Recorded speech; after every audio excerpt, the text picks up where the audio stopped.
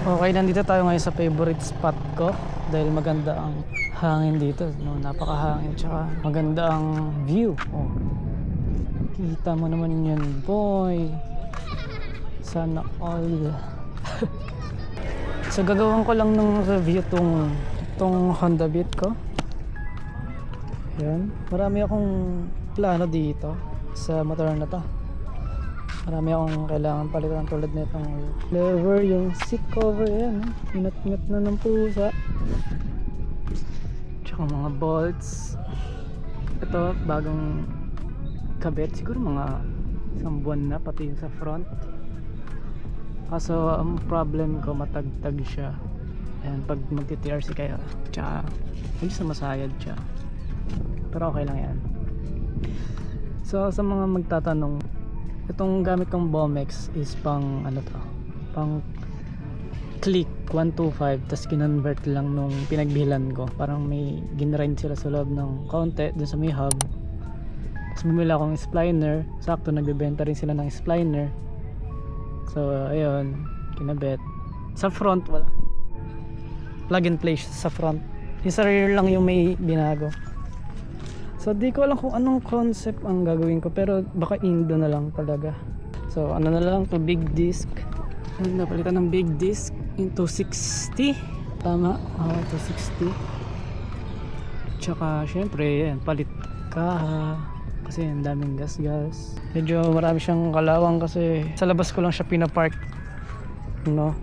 Kung tatanungin niyo kung anong gamit kong tire hugger, pang air blade siya.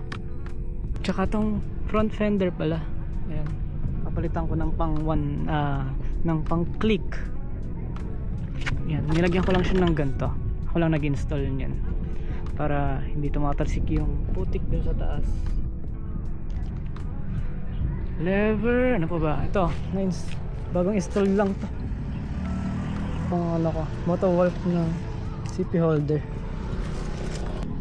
Sa mga nakaganto, mga naka 360 na ARM na side mirror, pagka ginaganon nyo tas lumuluwag, ang ginawa ko lang, pinalagyan ko ng thread locker sa mga thread, tsaka pinatabasan ko yung dito.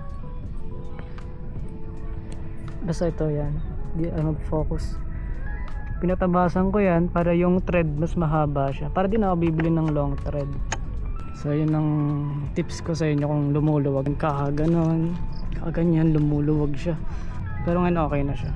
May thread lock na kasi. Ngayon, so, maganit na siya.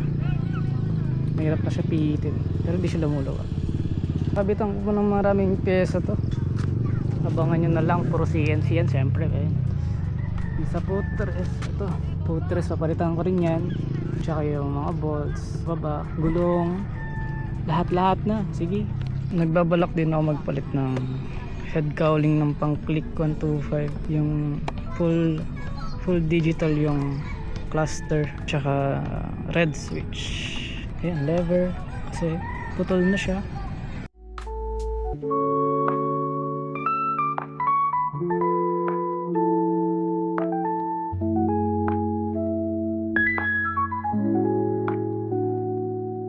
So ayun lang muna yung update natin.